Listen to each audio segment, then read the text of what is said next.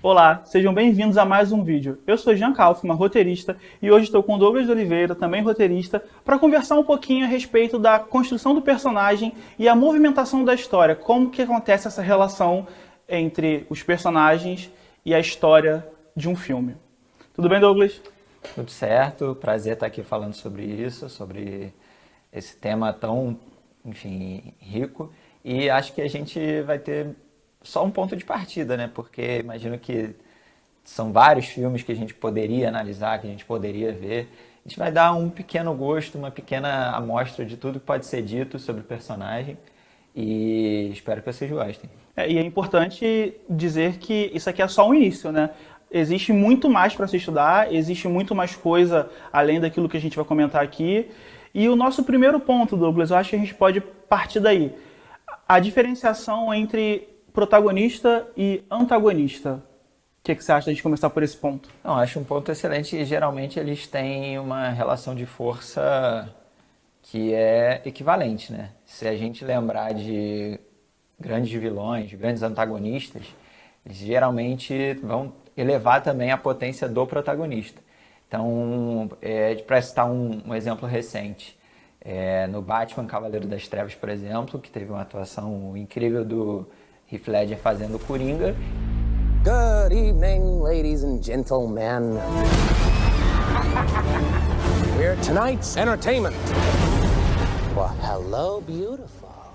Isso elevou o nível do filme e trouxe mais força ao protagonista também.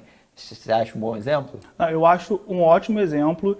E uma coisa que é interessante é que o Robert McKee diz que o protagonista só é tão forte quanto as forças antagônicas que o motivam. Então, super faz sentido o que você está falando, né? Em Batman a gente tem essa relação muito bem estabelecida. O Coringa ali fazendo tudo que ele faz, fazendo com que o Batman se torne cada vez mais herói para impedir um super vilão em um universo de super-heróis onde nenhum dos dois tem poderes, né? Isso que acho que é o mais interessante dessa história. E ainda falando de heróis, eu acho que a gente pode seguir por um caminho, por uma coisa até mais moderna, mais atual do que o Batman Cavaleiro das Trevas do Nolan, que é a série The Boys. E tem um ótimo exemplo em The Boys, que é a relação entre o Capitão Pátria Isn't that what you want? e o Billy Butcher, Too fucking right.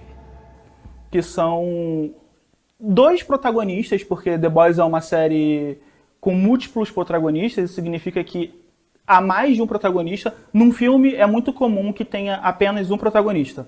Esse protagonista ele vai ser o mesmo do início ao fim da história. Já em série é muito comum, é bem mais comum, querendo dizer, né, na verdade, que tenham-se vários núcleos e cada núcleo vai ter seus protagonistas e seus secundários.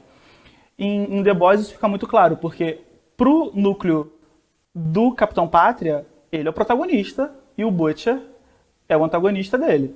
Já quando a gente inverte a situação, no núcleo dos caras, ou dos The Boys, né, se a gente for seguir o termo em inglês, o Butcher é o protagonista, enquanto o Capitão Pátria é o antagonista.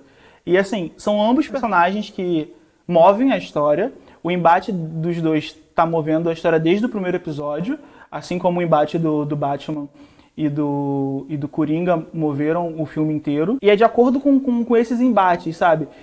Que nenhum dos dois está disposto a abrir mão dos seus ideais para obterem aquilo que precisam. E isso em ambos os casos, tanto em The Boys quanto no Batman.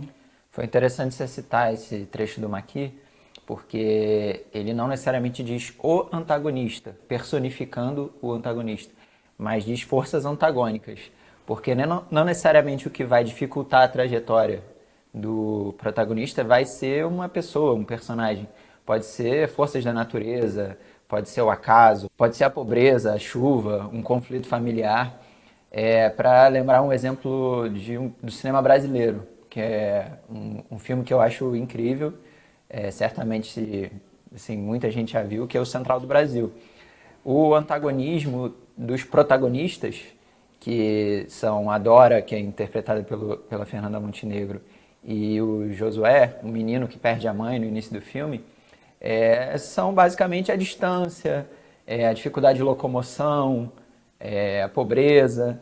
a pena que é necessária até chegar no objetivo que a gente não sabe muito bem se vai ser cumprido ou não. E eu quero entrar num outro ponto também, que é a relação entre esse embate de protagonista e antagonista e a emoção do público, que eu acho que é uma coisa interessante. A gente, de repente, se vê torcendo para o protagonista ou para o antagonista. Você quer falar um pouco sobre isso? É muito interessante esse ponto que você tocou em falar da movimentação do público, porque é um segundo aspecto desse embate.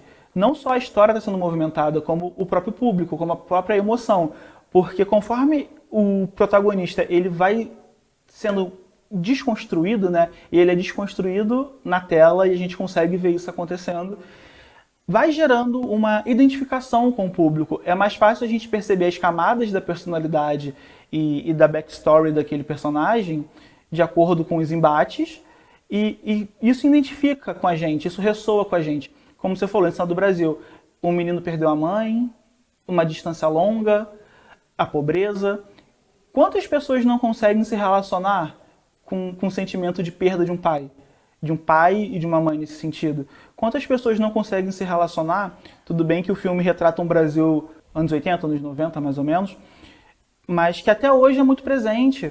Quantas das pessoas que provavelmente estão assistindo esses vídeos não viajam longas distâncias de casa para o trabalho e do trabalho para casa?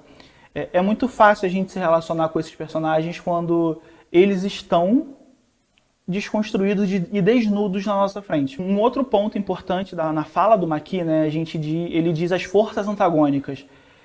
Muitas das vezes, como você disse, a força antagônica não vai ser só uma pessoa propriamente dita. Mas quando a gente fala de um objeto audiovisual, de um objeto fílmico, a gente precisa que esse antagonismo seja representado por um personagem. E aí, quando a gente fala de pobreza, um exemplo disso é a pessoa recebendo uma documentação ou uma sentença judicial que ela está perdendo parte dos bens delas. E aí o personagem que representa esse oficial é essa força antagônica. Um exemplo simples do dia a dia, o personagem vai lá registrar o filho que nasceu por algum motivo e aí ele vai enfrentar um problema no cartório. O atendente do cartório está sendo uma força antagônica. Ele está representando a burocracia, que a gente não teria como representar isso em tela sem o conhecimento prévio desse sistema burocrático, mas que um personagem resolve. O que você acha dessa construção de personagens, por mais que sejam personagens pequenos, que vão fazer apenas umas participaçõezinhas para fazer realmente essa movimentação da trama acontecer dentro do universo do filme? Legal você trazer esse ponto, cara, porque realmente esses personagens que trazem a carga de antagonismo são fundamentais, né, para o desenvolvimento da história. E, como você pontuou bem também, essa questão da identificação, ela traz, enfim, um potencial maior de emoção e de arrebatamento no momento do clímax, que é o grande ponto do filme, né? Para citar novamente o filme central do Brasil, que a gente pode interpretar o segurança da plataforma como a força antagônica da violência. E assiste ele, enfim, assassinando uma pessoa, e ali a gente tem a ideia de que aquela paz, por mais que seja repetitiva, mas aquele clima pacífico e comum na vida da protagonista Dora vai ser abalado de alguma forma. E o que eu acho interessante também é relacionar as forças antagônicas com as necessidades de escolha dos protagonistas. E a gente vai conhecendo de fato o personagem no momento em que ele está sendo colocado numa situação de escolha. E quanto maior a quantidade de tensão presente, maior o dilema, maior o potencial de revelação. O momento de escolha do personagem é muito bom. E citando o Sid Field, ele diz que no momento de escolha, o personagem faz a escolha em tela, né, naquilo que está acontecendo no momento. Porém, essas escolhas são feitas com base naquilo que a gente não conhece do personagem, com base em toda a história dele pregressa ao início do filme. Então, é igual nós dois. Se nós tivermos que tomar uma decisão agora, a nossa decisão vai ser tomada neste vídeo, porém, o motivo que a gente tomou essa decisão, ela vem de antes, que é desconhecido. E isso é muito interessante para mostrar a magnitude e a importância da construção desse personagem, mesmo que seja por um filme de 1 hora, 120 minutos, 2 horas, ou para uma série que vai durar 20 temporadas. Não importa. Toda a construção desse personagem tem que ser muito bem amarrada, de acordo com os traços de personalidade dele. E é claro que ele vai evoluindo, né, ao longo dos filmes, e é importante ressaltar que essas forças antagônicas fazem com que esse personagem evolua para chegar ao clímax da história e conseguir aquele desfecho ou aquela finalização tão necessária, que não necessariamente vai ser um desfecho bom ou ruim para o personagem. Perfeito. E dentro ainda desse comentário que você fez, é importante assim, evidenciar que o que o personagem diz tem peso na história, nesse momento de escolha, mas o que vale de fato é o que ele faz. Exatamente. Então, para quem está começando a escrever, pense sempre no que o seu personagem vai fazer. O que ele faz é o que de fato tem peso e não tanto o que ele diz.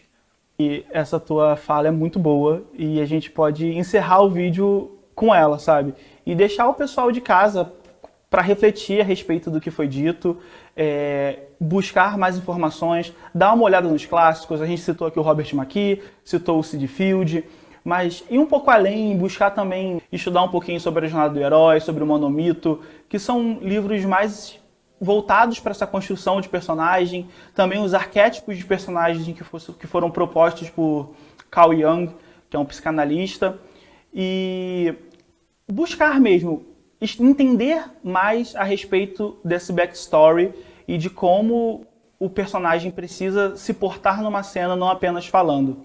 Então, pessoal, é isso. Espero que vocês tenham gostado desse vídeo. Douglas, agradeço muito sua participação aqui. Imagina, eu que agradeço. Foi um prazer falar sobre esse assunto.